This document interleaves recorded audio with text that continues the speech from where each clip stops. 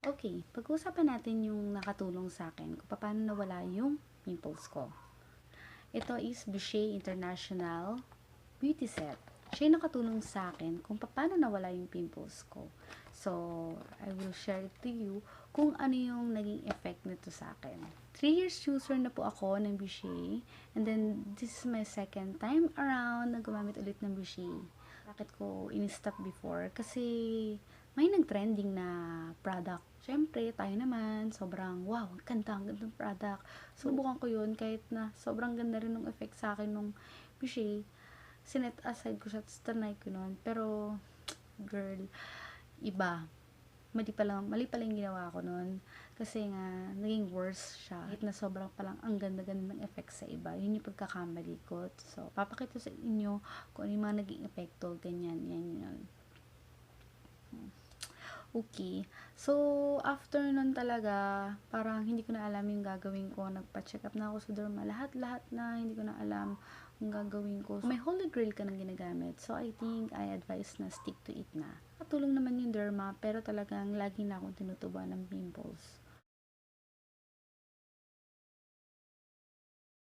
Pag-usapan natin yung nighttime. Magsimula tayo sa toner, skin toner, mild facial cleanser. Ito, pwede na kayo hindi gumamit ng makeup remover. Kahit ito na kaagad, sobrang bango niya. Amoy rose siya. Tapos, kahit maraming ilagay nyo sa mukha nyo, to remove yung dirt and makeup, is okay lang. Siyempre, hanggang leeg, lagay nyo. Tapos, dito, sa likod, lagyan nyo din yun. Next is, naubo ako. Next one is ang beauty bar. Yan, Kojic soup din siya. I think same din siya ng mga ibang beauty bar. Skin tightening din siya. Nagta-tighten din yung skin ko dun sa kanya. Hindi siyang matunaw eh. So, kinakat ko siya sa maliliit. Kinakat ko siya nito. Cut yan.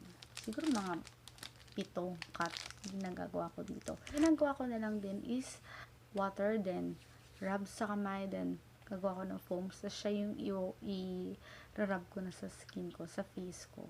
Tapos wash na, mabilisan lang.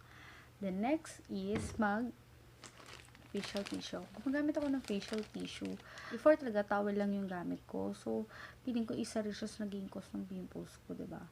So, then after nun, after ko magpatuyo ng mukha, gamit yung facial tissue, is ang clarifying solution. Yung clarifying solution na to, sabihin natin, same effect siya nung Maxi-Peel, kasi dati rin ako user ng Maxi-Peel. Pero, ito yung pinakamatagal. Ang Vichy talaga yung pinakamatagal. Matapang yung amoy niya. Parang kasing amoy niya rin ng Maxi-Peel. Medyo may pag-hapde, tapos makate. Normal yung mararamdaman yan. Sa umpisa lang naman. At take note, dapat yung paggamit nyo nito is 2 to 3 drops only lang. 1 stroke upward. Ganyan. Ganon lang ang paglagay. Ganyan. 1 stroke lang. At ano lang ha, bawal ibalik. Bawal ibalik. Pagka ano lang, tama na. Dito, 1 stroke lang din. After nun, ang combo ng clarifying solution is yung exfoliating cream. Sila talaga yung combo. Yan, white yan. Medyo, ayan, white. White siya. So, manipis lang yung paglagay ko rin nito. Sobrang nipis lang, hindi sobrang dami. After 15 minutes, na iniwan mo siya, ang last na ilalagay mo is ang rejuvenating cream. Ito yung gusto ko. Kasi, after ng hapte, pangate, diba? Ito na yung nilalagay ko. Rejuvenating cream. Diba? Kulay brown siya. Pero sa umpisa na open nyo to, kulay dilaw yan. Normal daw na nag-change yung color niya. Sa mga kwentuhan din ng iba na gumagamit ng Boucher, grabe daw yung severe ng pagbabalat nila. Siguro baka OA yung pagkakalagay nyo. Kaya nga, unti lang. Dapat medyo, conscious tayo sa paglagay. Baka sobrang dami na nilagay natin. Next is day routine naman. Ang una na natin gagawin sa umaga is maglagay tayo ng ice sa mukha. Syempre, sobrang lamig. Yun yung pinaka gusto ko. Sobrang lamig. Tapos, ang gusto ko din sa kanya is nagpapatighten siya ng pores. Nagpaparoon yung ibang mga beads ng ibang artista. Si Kim Chiu or si Catherine Bernardo, nag-eyes sila. At syempre, dahil nagpapatighten siya ng mukha, piling ko, mas nalalock in niya yung nilagay mong products nung gabi. Diba? Sobrang ganda niya. So, after nun, magawash ulit ako ng soap, ng Kojic soap or beauty bar ng Boucher. Then, After nun is mag-age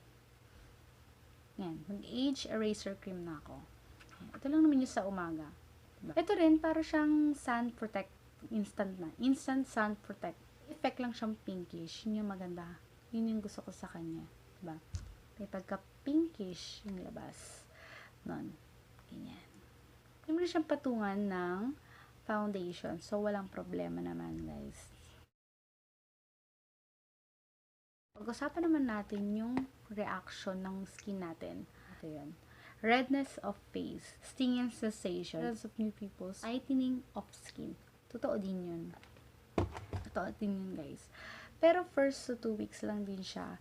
Tapos katulad nga ng sinabi ko, the more na mild lang ilagay mo, the more na mild lang din yung experience mo dito. Tapos meron din siyang pagbabalat. Ganon din na experience ko. Pero sobrang mild lang. Pero nakakatulong talaga yung age eraser cream. Kasi hindi halata yung pagbabalat. Parang naitatago niya. Yun yung gusto ko dun sa kanya. Dun sa mga new pimples na nag-a-appear sa kanya is medyo piling ko hindi kagad siya nakakatuyo. O dahil hindi naman siya nakakatuyo, dahil nga new appearance siya, ang ginagamit ko is a pimple eraser ng Quick Fix. Hindi talaga advice na gumamit ng ibang products habang ginagamit mo yung Vichy set. Pero ito kasi, nakakatulong kasi talaga siya para magpapatuyupan ng mga mabilis yung pimples mo. Ginagamit ko to pagkatapos ng clarifying solution toner doon sa mismong pimples. Tapos, the rest lalagyan ko ng cream. Then, except lang sa may pimples para hindi maghalo yung product. Okay. Shoutout to Patricia De La Rosa. Thank you. Siya yung nag-suggest ito sa akin. Thank you. Sa experience ko at napansin ko sa product, parang mabusisi na ako sa pagtitingin ng products. Kailangan tinitingnan ko kung may expiration siya or minsan ang nakalagay is 6M. Kung familiar kayo, maglalagay ako ng sample sa screen ninyo. So, kung wala siyang expiration, yun yung nakalagay. From the time na inopen natin yung product, pwede siyang mag-expire or mag-last ng 6 months lang. Depende dun sa nakalagay dun sa product. Ganun. Naisip ko na baka magtataka tayo minsan na sa umpisa okay yung product, then afterwards, bakit hindi na siya okay? Baka talaga kasi nag-last na yung product at sobrang tagal na natin ginagamit. Diba? Feeling natin okay pa siya. Dapat aware kayo doon. Okay, another tips naman din is iwasan mong hawakan yung mukha mo with your hands. Okay? Then, kasi hindi natin alam kung saan natin to hinawak at sigurado, diba, na baka madumihan. Talagang sigurado na yun, no? Kasi sa dami nating hinahawakan. So, avoid touch your face using your hands, diba? So, isa sa mga naging diversion ko, dahil kahiligan kong hawakan yung mukha ko at mag-prick ng pimples, na which is mali. Yun, diba?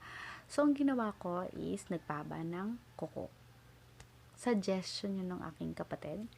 Hi! Hi, fine.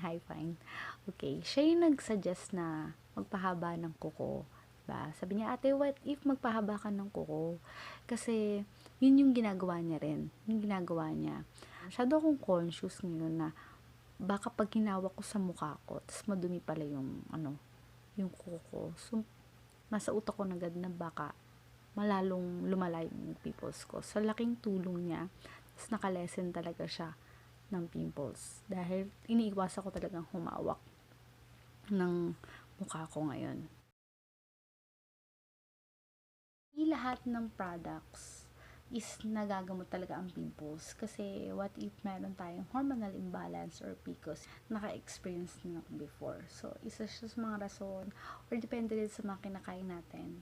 Oily foods, ganyan. So, totoo yun, guys. Totoo yun. So, kailangan health conscious din tayo. Diba? Ang isa sa mga nakatulong din sa akin, sa skin ko, is yung pag-inom ko ng Myra E. Ito. Is a vitamin E. I know lahat kayo aware na rin dito kasi madalas siyang kino-commercial. It's very helpful, guys, kasi gamot niya kung ano man yung needs ng body natin from within. So much guys for watching. Hopefully this video is nakatulong sa inyo. Lalo na dun sa mga may pimples na naka-experience katulad ko. Don't worry, maraming products din na pwede yung itry, hindi lang itong Boucher. So huwag kayong matakot na sumubok ng mga products. At kung natagpuan nyo na yung Holy Grail nyo, wag nyo na pong bitawan yun, di ba? Kung gusto nyo nung mag-try, why not naman? Pero, I advise siguro na wag agad-agad. Siguro ipahinga nyo muna yung skin nyo, then itry nyo na, di ba? At kayo lang naman din nakakilala sa skin nyo. Wala namang masamang mag-try and mag-test muna. Mag-test muna kayo. Tapos kung okay talaga sa'yo, why not and try it, di ba? Of course, for the next video, kung gusto niyo po mapag-usapan natin yung hormonal imbalance o yung PCOS na na-experience ko, please just comment below kung interesado po kayo. Maraming po salamat and God bless. Bye!